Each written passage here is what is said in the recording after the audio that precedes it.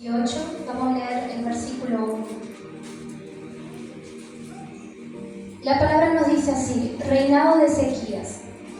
Oseas, hijo de Elá, tenía 3 años de reinar sobre Israel, cuando Ezequías, hijo de Ahaz, comenzó a reinar sobre Judá. Tenía entonces 25 años y reinó 29 años en Jerusalén. Su madre se llamaba Abí y era hija de Zacarías. Ezequías hizo lo recto a los ojos del Señor, como antes lo había hecho David su padre.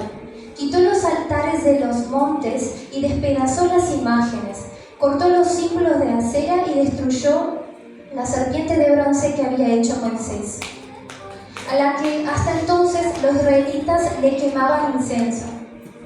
Y la llamó Nehustán, no sé bien cómo decirlo. Ezequías puso su esperanza en el Señor, Dios de Israel, y ni antes ni después de él hubo otro rey como él, entre todos los reyes de Judá. Pues siguió al Señor y no se apartó de él. Al contrario, obedeció los mandamientos que el Señor le escribió a Moisés. El Señor estaba con Ezequías, a donde quiera que él iba tenía éxito. Se rebeló contra el rey de Asiria y no se puso a su servicio.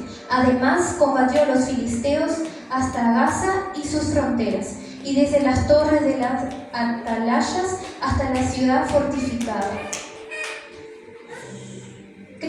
Hace como un mes, cuando fui a hacer mi devocional, Dios me llevó a la historia de este rey que yo no conocía, no sé si muchos lo conocen, el rey Ezequías. Me pareció muy interesante su historia, pesquisé un poco más sobre él. Y él es llamado el rey reformador por las reformas religiosas que hizo. Para este momento, el pueblo del Señor, Israel, estaba en la idolatría, porque antes de que reinara Ezequías, su padre había llevado todo Israel a la idolatría. Una de las cosas importantes que hizo su padre fue cerrar el templo de la casa del Señor. Nosotros sabemos que el templo es un lugar de adoración. Y el padre de él, lo primero lo que hizo fue cerrar y llevó al pueblo a que adoraran otros dioses que no era el Dios de Israel. Entonces nosotros nos encontramos en un momento donde el pueblo estaba debilitado espiritualmente. El pueblo estaba adorando otros dioses, el pueblo estaba en pecado, el pueblo estaba afastado del Señor. Entonces ahí vino este rey con la fuerza que el Señor le dio, porque el nombre Ezequías significa el que Dios ha fortalecido. Dios fortaleció sus manos y lo primero que este rey hizo fue reformar el templo, abrir las puertas del templo. Nos dice la palabra del Señor que él hizo lo recto ante sus ojos. No hubo ningún otro rey como Ezequías, ni antes ni después hubo un rey como él. Sí, llegó a cometer un error, que la Biblia lo relata, pero yo creo que él llegó al arrepentimiento. Pero la palabra de hoy no es sobre eso, sino sobre lo que este rey hizo.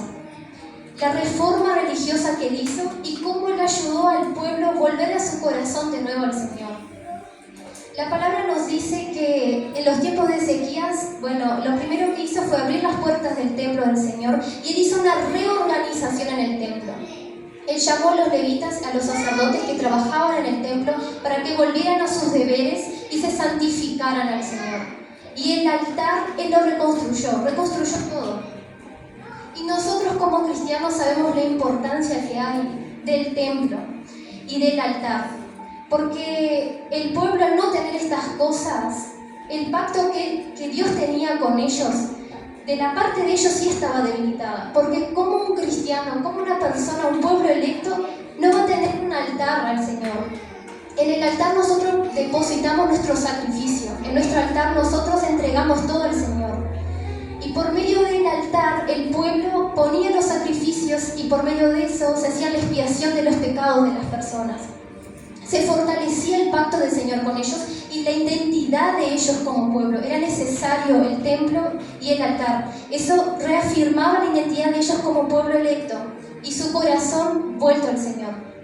Entonces la palabra nos dice que uno de los hechos importantes de él en este momento, una de las primeras cosas, aparte del templo, fue sacar todo lo que tenía que ver con la idolatría.